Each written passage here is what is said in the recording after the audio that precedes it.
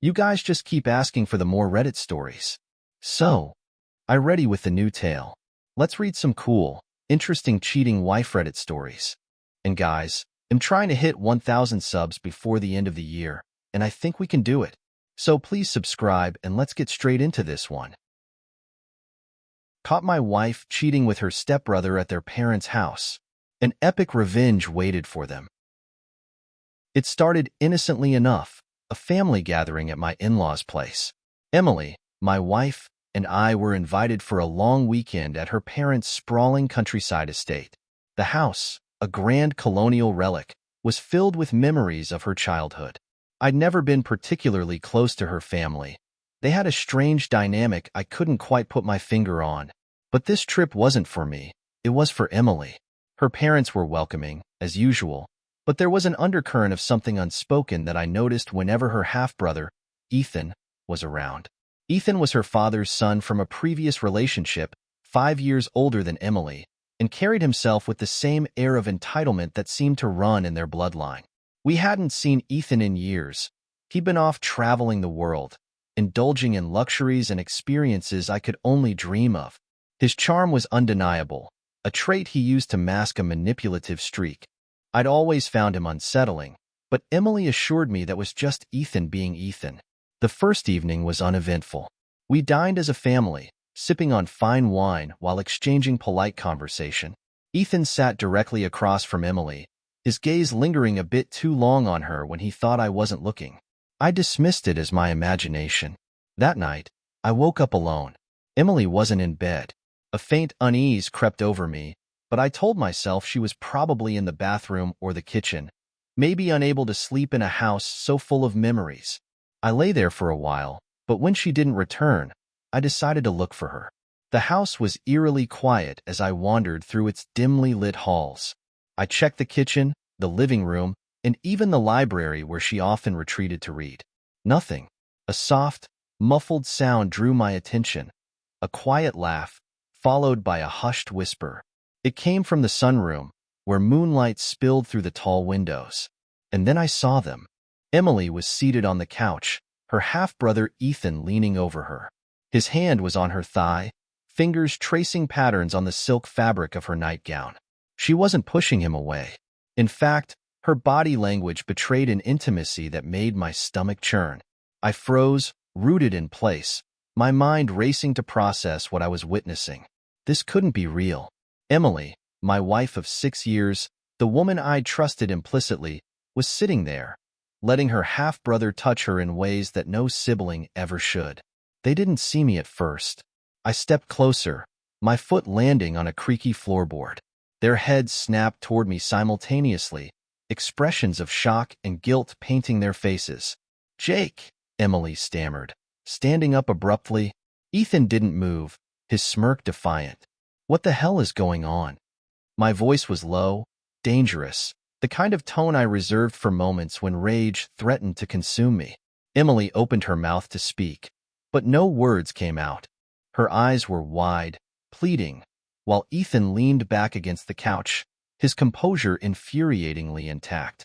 "It's not what it looks like," she finally managed, the cliché excuse cutting through the tension like a dull knife.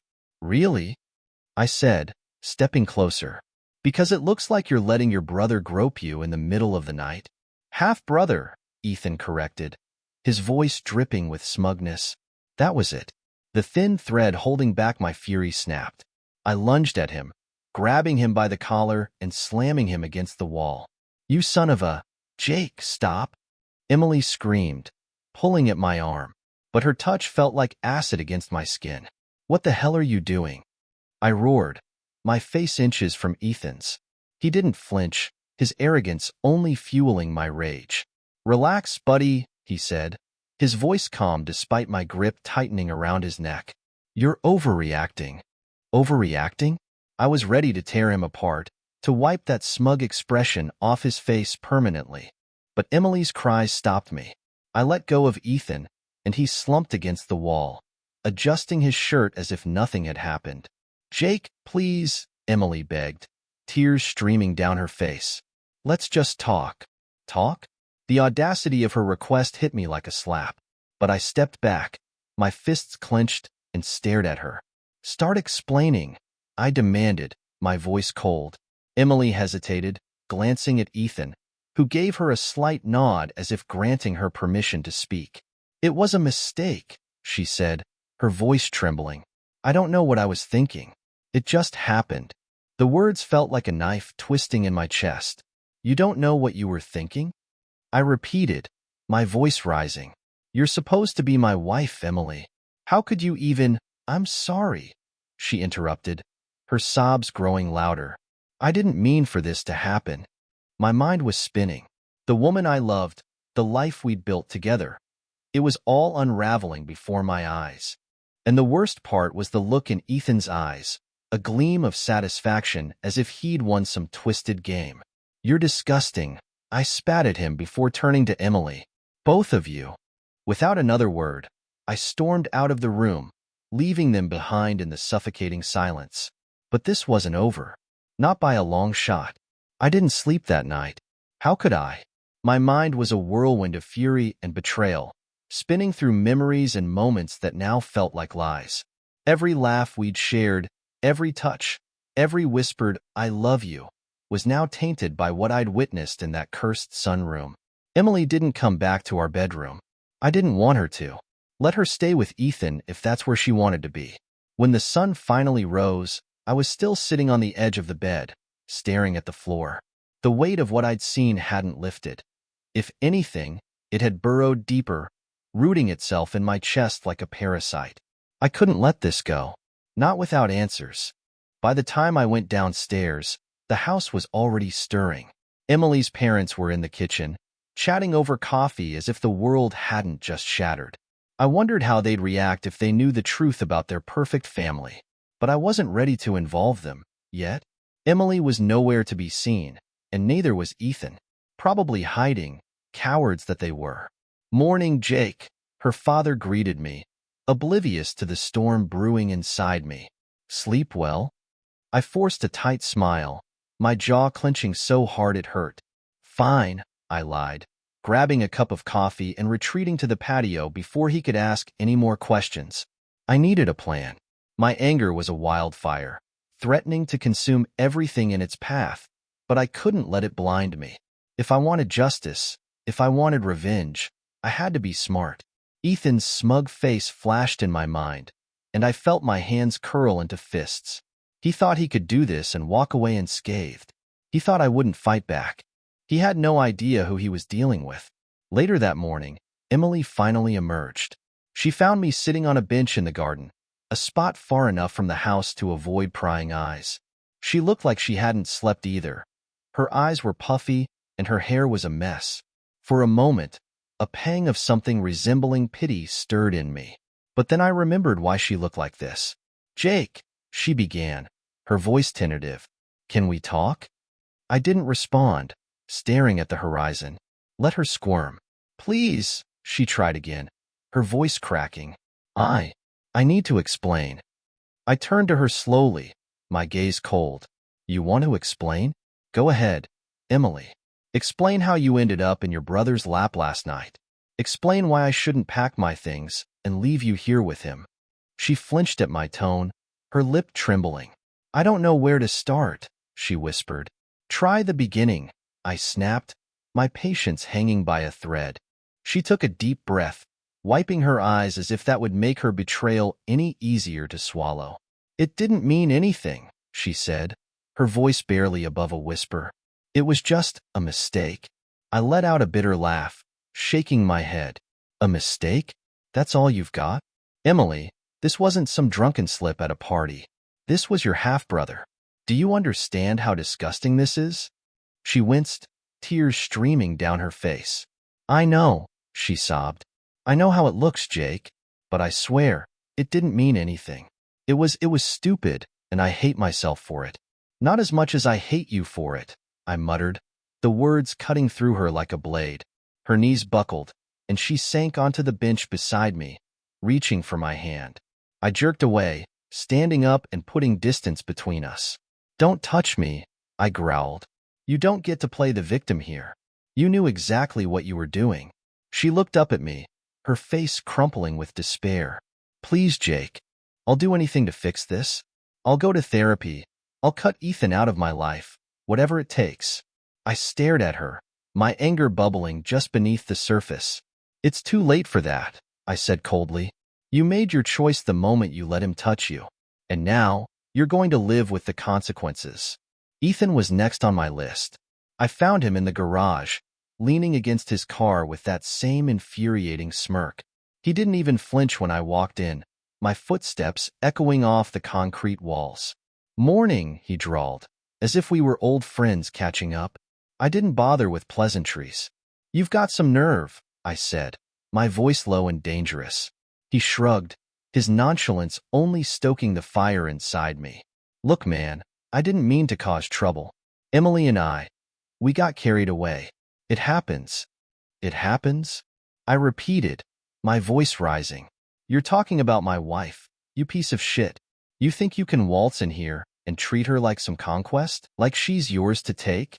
"She didn't exactly say no," he shot back, his smirk widening. That was it. I lunged at him, my fists connecting with his face before he had time to react. He stumbled back, crashing into the car, but I didn't let up. Years of pent-up anger and frustration fueled my blows as I unleashed everything I had on him. "Jake!" Emily's voice rang out, but I barely heard her over the sound of my own rage. Ethan managed to shove me off, blood dripping from his nose as he glared at me. "You're insane," he spat, wiping his face. "You have no idea," I snarled, stepping closer. Emily grabbed my arm, pulling me back with surprising strength. "Stop it, Jake!" she cried, her voice breaking. I turned to her, my chest heaving.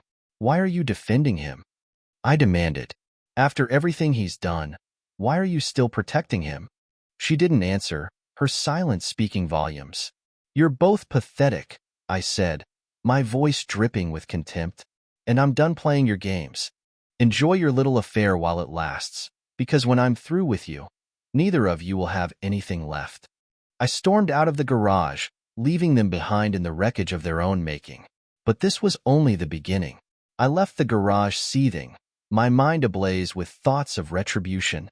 They thought they could destroy my life, my marriage, and walk away unscathed. I wouldn't allow it. But revenge, I knew, required patience. Blind rage wouldn't get me what I wanted. It would only give them an excuse to paint me as the villain. Returning to the guest room I'd commandeered, I sat on the edge of the bed, forcing myself to think clearly. My hands were still trembling from the fight with Ethan, my knuckles raw and sore, but the pain was grounding. I needed a plan, something precise, devastating, something that would make them regret every choice they'd made. The first step was to gather evidence. I wasn't going to let them gaslight me or twist the narrative to make me seem crazy. If Emily and Ethan thought they could keep their betrayal hidden, they were wrong. Emily tried to talk to me several times throughout the day, but I refused to engage. I could see the guilt etched into her features, but it only fueled my anger. She didn't deserve my forgiveness. She didn't even deserve my attention. It was nearly evening when I finally left my room, deciding to take a walk around the estate. The property was sprawling, filled with hidden paths and secluded nooks, and I needed the space to breathe. The crisp air cooled my rage, giving me a moment of clarity. As I strolled through the gardens, I noticed something that stopped me in my tracks, a soft, familiar laugh drifting through the trees. Emily's laugh. I moved closer, my footsteps silent on the gravel path, until I could see them through the branches. Emily and Ethan were standing near a stone fountain, their heads close together. She was crying, her hands gesturing wildly as she spoke, while he stood there with his arms crossed, looking annoyed. I couldn't make out their words, but the sight of them together was enough to reignite the fire in my chest. They were still conspiring, still indulging in their disgusting connection, while I was left to pick up the pieces of my shattered life. I pulled out my phone and started recording, capturing the moment for what it was. They might deny everything later, but this was undeniable. That night, I bided my time. Dinner was tense, the air thick with unspoken accusations. Emily barely touched her food, her eyes darting to me every few minutes as if she were trying to gauge my mood. Ethan, on the other hand, was infuriatingly composed. He chatted with his parents like nothing had happened, flashing that same smug smile that made my blood boil. I kept my cool, refusing to give them the satisfaction of seeing me crack. Instead, I focused on the details, the way Emily flinched whenever Ethan spoke, the way his hand brushed hers under the table. They thought they were being subtle, but I saw everything. After dinner, I excused myself, claiming I wasn't feeling well. Emily offered to come with me, her voice hesitant, but I shut her down with a single glare. "I don't need you," I said coldly, the words slicing through her like a blade. She didn't argue, her shoulders slumping as she watched me leave. Back in my room, I began piecing together my plan. I'd already recorded their interaction by the fountain, but I needed more. Something undeniable. Something explosive. I pulled out my laptop and started combing through old emails, messages, anything that might give me leverage. It didn't take long to find something interesting. A series of deleted emails from Emily's account, conversations with Ethan that were far more personal than they should have been.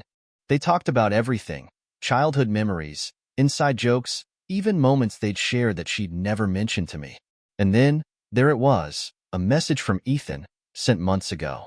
"Last night was incredible. I can't stop thinking about you. I know this is wrong, but I don't care. I want you, Emily. All of you."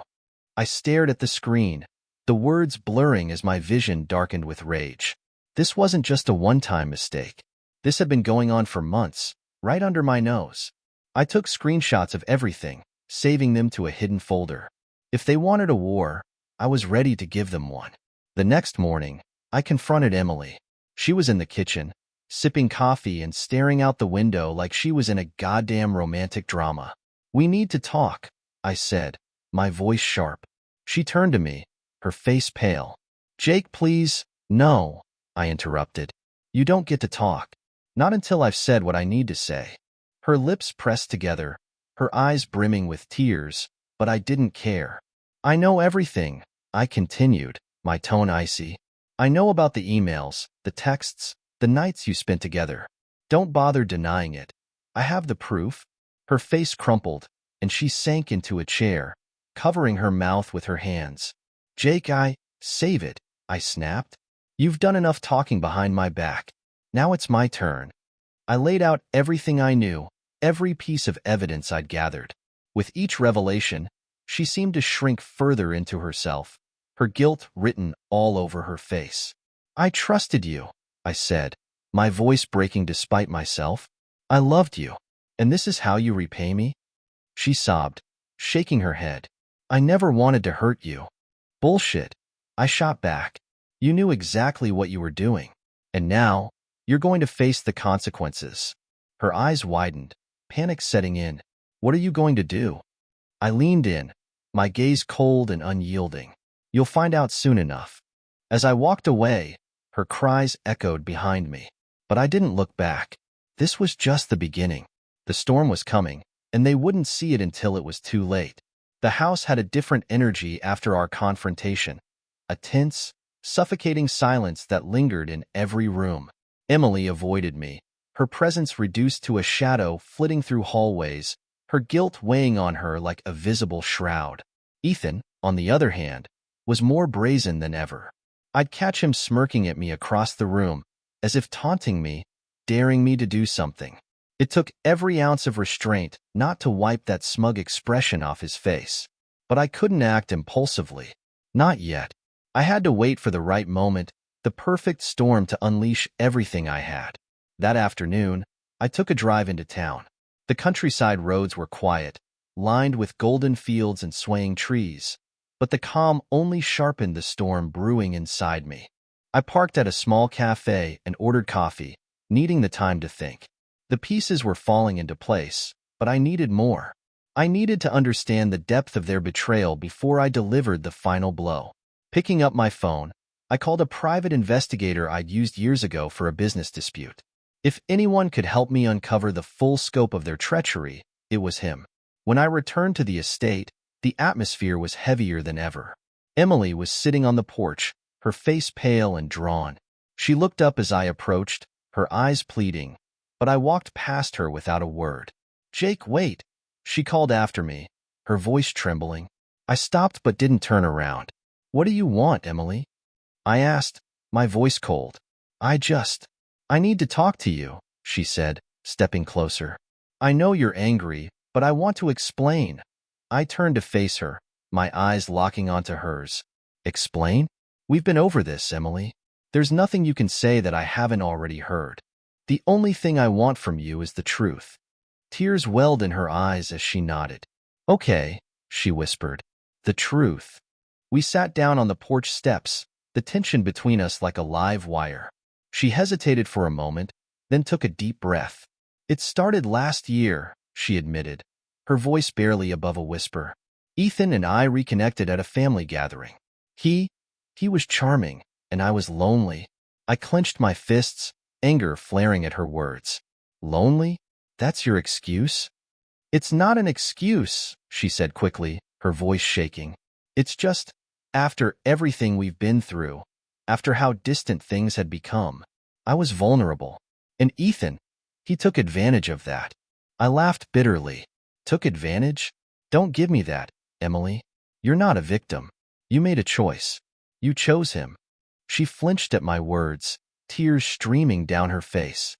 I know, she sobbed. I know I messed up, but I love you, Jake. I never stopped loving you. The words felt hollow, like a desperate attempt to salvage what little was left of our relationship. Love? I said, my voice rising. Don't you dare talk to me about love, Emily. You don't get to throw that word around after what you've done. Love doesn't betray. Love doesn't destroy. She broke down completely, her sobs racking her body. For a moment, I felt a flicker of pity, but I pushed it aside. She didn't deserve my compassion, not after everything. Why now? I asked, my voice sharp. Why confess after all this time? Because I caught you? She nodded, unable to meet my eyes. Pathetic, I muttered, standing up. You're pathetic, Emily. And I'm done listening to your excuses. I left her on the porch, her cries fading as I walked back into the house. Ethan was next. I found him in the study, lounging in a leather armchair with a glass of whiskey in hand. He looked up as I entered, his smirk widening. Well, if it isn't the man of the hour, he drawled. Come to throw another punch, or are we past that phase? I ignored his taunt, closing the door behind me. We need to talk, I said, my tone flat. Oh, this should be good, he said, leaning back in his chair. Go ahead, Jake. Enlighten me. I stepped closer, my gaze piercing. You think this is a game, don't you? You think you can waltz in here, wreck my life, and walk away without consequences. He raised an eyebrow, taking a sip of his drink. And what are you going to do about it? Cry some more? Punch me again? Face it, Jake. You're out of your league. My lip curled into a cold smile. We'll see about that. I leaned in, lowering my voice to a menacing whisper. You've underestimated me, Ethan, but that's your mistake. And I promise you, you'll regret it. He chuckled, unfazed. Big words from a small man. Let's see if you can back them up. Oh, I will, I said, my smile widening. You won't even see it coming. With that, I turned and walked out, leaving him to stew in his arrogance. Back in my room, I checked my phone. The investigator had already sent me a preliminary report, financial records, hidden emails, and a few other unsavory details about Ethan's escapades. He wasn't just a homewrecker. He was a con artist, using his charm to manipulate and exploit people for personal gain. Perfect. The noose was tightening, and I was ready to pull it. The stage was set, and the players were in place. All I needed now was the perfect moment to bring it all crashing down. The storm was coming, and this time, it wouldn't just ruin their little fantasy, it would destroy them. The days passed slowly, the atmosphere in the house thick with unspoken tension. Emily and Ethan avoided me as much as possible, their guilt festering like an open wound. But I was far from idle. My plans were falling into place, each piece meticulously designed to tear apart the fragile web they'd spun. The private investigator continued to deliver gold. Ethan's financial situation was far worse than I could have imagined. Lavish trips, gambling debts, and failed ventures had left him teetering on the brink of ruin. He'd been using his family connections, borrowing money, sweet-talking his way out of trouble to stay afloat. I saw my opportunity. Emily, too, wasn't as innocent as she pretended to be. The investigator uncovered several deleted messages between her and Ethan, explicit conversations and plans to meet in secret. I even found evidence that she'd funneled money from our joint account to cover some of Ethan's debts. My anger burned hotter with every discovery, but I held it in check. It wasn't enough to destroy them. I wanted to expose them, to strip away their lies and show the world who they truly were. On the third day, I put my plan into motion. Emily's parents were throwing a small dinner party that evening, just a few close friends and family. It was perfect, the audience I needed to deliver my performance. Before the party began, I slipped into the study and set up a hidden camera. I had no intention of merely confronting them in front of everyone. I needed irrefutable evidence, something they couldn't deny or talk their way out of. I sent Ethan a message from Emily's phone, baiting him into the study during the party. He wouldn't be able to resist. The dinner was agonizing, the chatter and laughter grating against my nerves. Emily sat across from me, her eyes downcast, while Ethan played the charming son, entertaining the guests with stories of his travels. I forced a smile, waiting for the right moment. When the dessert was served, I excused myself and slipped away, retreating to the study. A few minutes later, Ethan entered, closing the door behind him. "What's this about?" he asked, his smugness tempered by caution. I turned to face him, holding up Emily's phone. "I wanted to have a little chat," I said, my voice calm. Ethan frowned, his eyes narrowing. "With her phone? Just a prop," I said, tossing it onto the desk. "The real conversation is about you. And Emily." He sighed dramatically, leaning against the door. "Are we really doing this again, Jake? You've made your point. I get it, you're upset, but what's done is done." "No, Ethan," I said, stepping closer. "What's done is about to be undone." His smirk faltered, confusion flickering across his face. "I know everything," I continued. "The emails, the stolen money, the nights you spent together. I even know about your gambling debts and how you've been bleeding Emily dry to cover them." His eyes widened, and for the first time, I saw fear. "You've got nothing," he said, his voice unsteady. "Oh, I've got plenty," I shot back, my tone icy. "And tonight, everyone else will too." I reached for the hidden camera, pulling it out and holding it up for him to see. His face turned pale as the realization hit.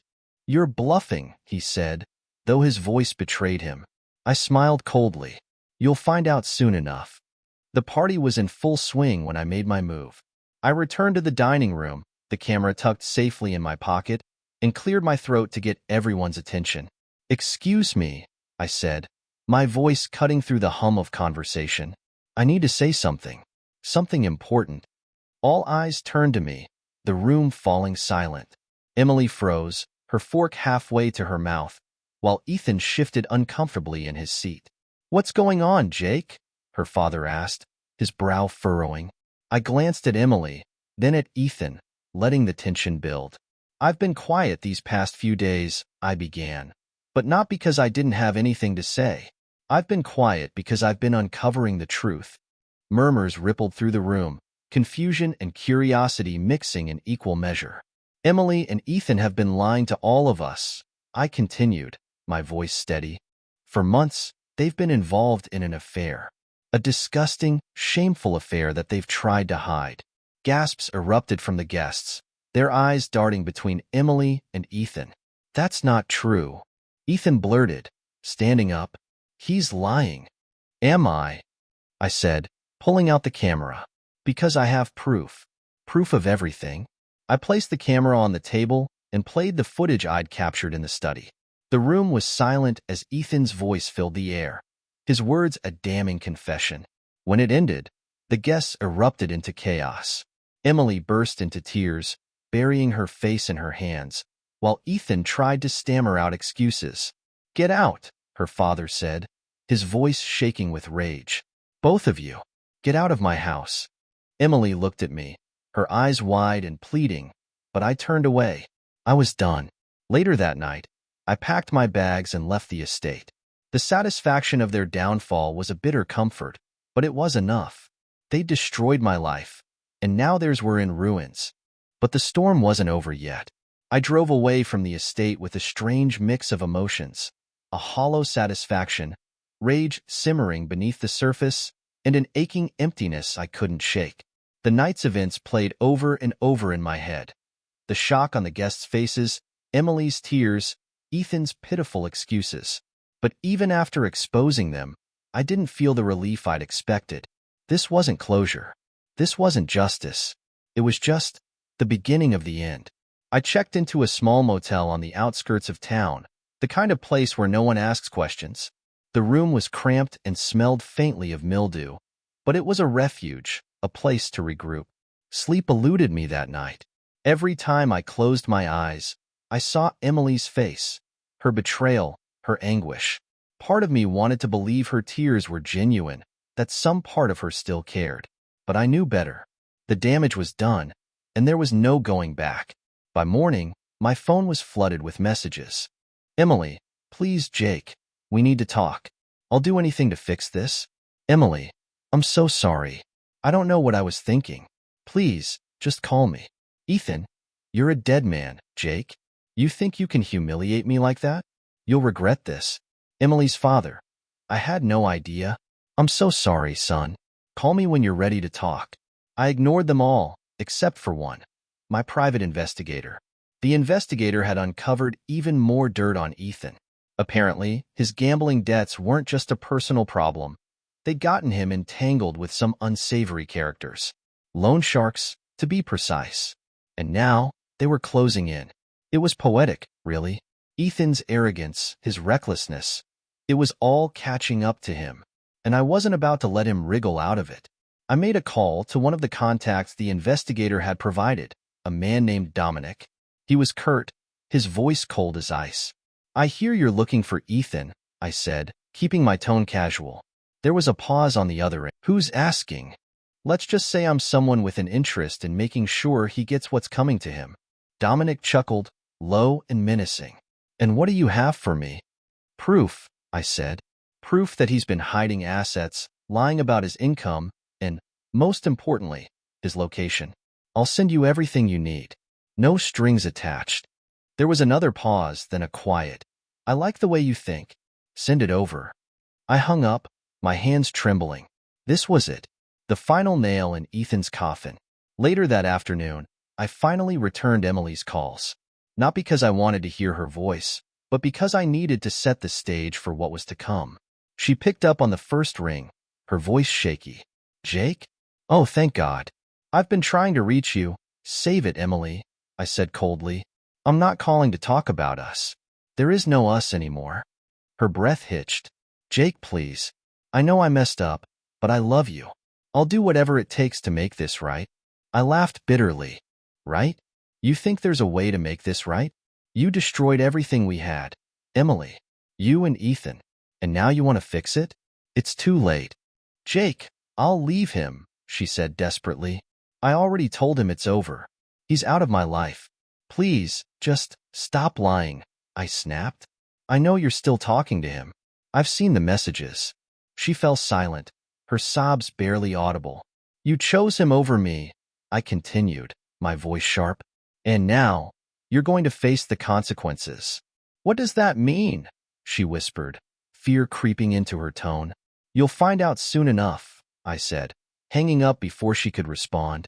That evening, I sent Dominic everything I had on Ethan, the emails, the financial records, the details of his location. I didn't know exactly what Dominic would do with the information, but I had a pretty good idea. Ethan had burned bridges his whole life, leaving a trail of destruction in his wake. It was only fitting that his past was finally catching up to him. 2 days later, the fallout began. I woke to a flurry of news alerts and social media posts. Ethan had been confronted by his creditors, right in the middle of a posh restaurant. Witnesses described the scene as chaotic, with Ethan begging for mercy as 2 large men escorted him out. Emily called me that afternoon, her voice frantic. Jake, something's happened to Ethan, she said, her words tumbling over each other. He's gone. They took him. Good, I said simply. Her breath caught. Jake, what did you do? Me, I said, feigning innocence. I didn't do anything. Ethan's mistakes finally caught up with him. Maybe you should have thought about that before you got involved with him. She broke down, sobbing uncontrollably. Goodbye, Emily, I said, hanging up for the final time. I should have felt victorious. I dismantled their lies, exposed their betrayal, and ensured Ethan got what he deserved. But as I sat in the empty motel room, the weight of it all settled over me. This wasn't a victory. It was survival. And though I'd won the battle, I couldn't shake the feeling that I'd lost something far more important in the process. But one thing was certain. Ethan and Emily would never forget the storm I unleashed. And neither would I. The silence of the motel room was deafening, broken only by the faint hum of traffic outside. I stared at my phone, scrolling through the endless barrage of messages from Emily's family, her friends, even some of our mutual acquaintances. What happened at the dinner? I heard about Ethan. Are you okay? Emily's a wreck. Can you just talk to her? Each message felt like a tiny jab, reopening wounds I was trying to stitch shut. I ignored them all, my focus shifting to the aftermath of Ethan's downfall. The news spread fast. Ethan's public humiliation at the restaurant had made waves among his social circles, and rumors swirled about his sudden disappearance. Some whispered that he'd skipped town to avoid his creditors. Others speculated something more sinister. I knew the truth, but I kept it to myself. The day after Ethan's takedown, Emily showed up at the motel. I heard the knock on my door early in the morning, sharp and insistent. I didn't need to look through the peephole to know it was her. With a heavy sigh, I opened the door. Emily stood there, her face pale and tear-streaked. She looked smaller somehow, like the weight of her guilt had physically diminished her. "Jake," she said, her voice trembling. "Can I come in?" I stepped aside wordlessly, letting her enter. She hesitated before sitting on the edge of the bed, her hands twisting nervously in her lap. "I know I'm the last person you want to see," she began, her voice barely above a whisper. "But I needed to talk to you. I needed to explain." I leaned against the wall, crossing my arms. "You've had plenty of chances to explain, Emily. Why should I listen now?" Her eyes filled with tears, but she didn't look away. "Because I need you to understand. What I did, it wasn't about you. It was never about you." I laughed bitterly. "That's supposed to make it better? That it wasn't about me? That you destroyed our marriage for no reason at all?" "No," she said quickly, shaking her head. "It wasn't for no reason. I was broken, Jake. After everything we went through, I felt like I'd lost myself. And Ethan, he took advantage of that." I pushed off the wall, my anger flaring. "Don't you dare try to paint yourself as the victim, Emily. You made choices. You knew what you were doing, and you kept doing it anyway." Her tears spilled over, but I didn't feel any sympathy. Not anymore. "You're right," she said, her voice cracking. "I'm not the victim. I'm the one who ruined everything. But I need you to know how sorry I am. I'll regret this for the rest of my life." I shook my head, a bitter smile on my lips. "Regret won't fix this, Emily. Nothing will. You and Ethan destroyed everything we built together, and now you have to live with that." She broke down completely, her sobs racking her body. For a moment, I considered comforting her. But then I remembered the nights I'd spent alone, the lies she'd told, the betrayal that had shattered my trust. This wasn't my burden to bear anymore. After Emily left, I called the private investigator one last time. "I need you to look into Emily's finances," I said. The investigator hesitated. "Are you sure, Jake? You've already got enough to—" "Just do it," I interrupted. "I need to know everything." Within hours, the report came through. Emily was in worse shape than I'd thought. She'd maxed out her credit cards, drained her savings, and taken out a personal loan, all to cover Ethan's debts. She was financially ruined, and with Ethan out of the picture, she had no one to lean on. It should have felt satisfying, knowing she was paying the price for her betrayal, but instead, it left me feeling hollow. That evening, I drove back to the estate. The house loomed in the distance, its windows glowing warmly against the twilight sky. Emily's father met me at the door, his expression grim. I didn't think you'd come back, he said, stepping aside to let me in. I didn't come to stay, I replied. I just needed to tie up some loose ends. He nodded, understanding. Emily's in her room. She's been, well, you know. I didn't answer, walking past him toward the stairs. Emily's door was slightly ajar, and I could hear her muffled sobs from inside. I pushed the door open, and she looked up, startled. Her eyes were red, her cheeks streaked with tears. Jake, she whispered, her voice hoarse. What are you doing here? I stepped inside, closing the door behind me. I came to say goodbye. Her face crumpled, and she shook her head. No, please, Jake, don't do this. We can fix this. There's nothing left to fix, I said, cutting her off. You and Ethan destroyed everything we had, and I won't spend another second pretending we can go back to the way things were. She broke down, sobbing into her hands. I hope you find peace, Emily, I said, my voice cold, but it won't be with me. As I drove away from the estate for the last time, a strange sense of clarity washed over me. This wasn't the life I'd envisioned, and the road ahead was uncertain. But one thing was clear. I was free. Free from the lies, the betrayal, and the weight of a love that had turned toxic. Ethan and Emily were left to pick up the pieces of their shattered lives. And me? I was ready to start over, to rebuild from the ashes of everything they destroyed. The storm had passed, but its echoes would linger forever. The drive back to my new reality felt strangely light. No chains, no illusions, no hollow words of love binding me to a broken past. I'd left Emily and Ethan in the rubble of their choices, but as much as I wanted to believe I was free, the scars remained. Aching reminders of betrayal, trust shattered, and a love destroyed. 3 months later, I was living in a small apartment on the other side of town. It wasn't much, but it was mine. The walls were bare, the furniture sparse, but it was a sanctuary. Every morning, I woke up alone, greeted by the quiet, and every evening, I returned to the same solitude. But this time, it wasn't a punishment. It was healing. The town buzzed with whispers about what had happened at the estate. Emily and Ethan were the scandal of the year. Their names passed around in hushed tones at dinner tables and whispered behind hands at grocery stores. Ethan, I'd learned through my investigator's final report, had fled the state. Dominic's men had scared him enough to ensure he wouldn't dare return, leaving Emily to clean up his mess. She was drowning under the weight of his debts, her once perfect life now reduced to ashes. One day, Emily's father called me. It had been weeks since we'd spoken, and his voice carried a heaviness that made my stomach tighten. She wants to see you, he said. She's not doing well, Jake. I think she needs closure. I leaned against the kitchen counter, gripping the phone tightly. What makes you think I owe her anything? You don't, he admitted. But maybe you owe it to yourself, to put this behind you. I thought about it for a long moment. Part of me wanted to slam the phone down, to let Emily rot in the mess she'd created. But another part, a quieter part, whispered that maybe this was my final step. Fine, I said, but this is the last time. I met her at a park, a quiet spot where we could talk without prying eyes. When I arrived, she was already sitting on a bench, her hands clasped tightly in her lap. She looked smaller, frilier, as if the weight of her choices had physically diminished her. Jake, she said, standing as I approached. Emily, I replied, my voice devoid of emotion.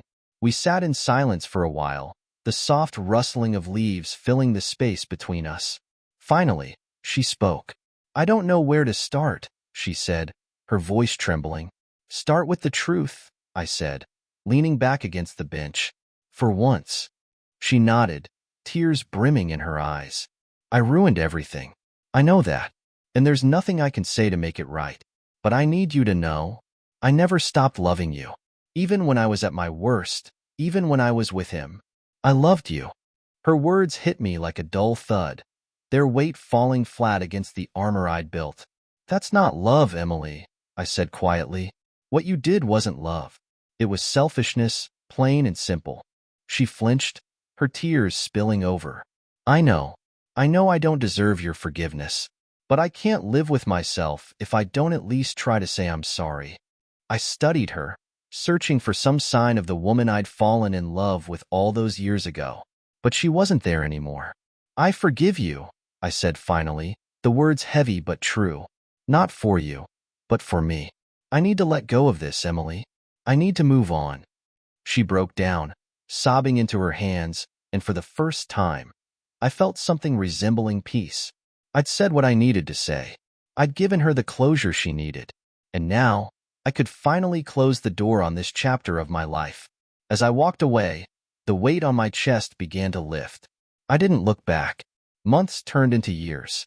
Life moved forward, as it always does. I found joy in the little things again. A quiet morning with coffee, the laughter of friends, the thrill of new beginnings. I'd learned to trust again, though it wasn't easy. The scars from Emily's betrayal remained, but they were no longer raw wounds. They were reminders of how far I'd come. Ethan was a ghost now, his name fading into the background noise of life.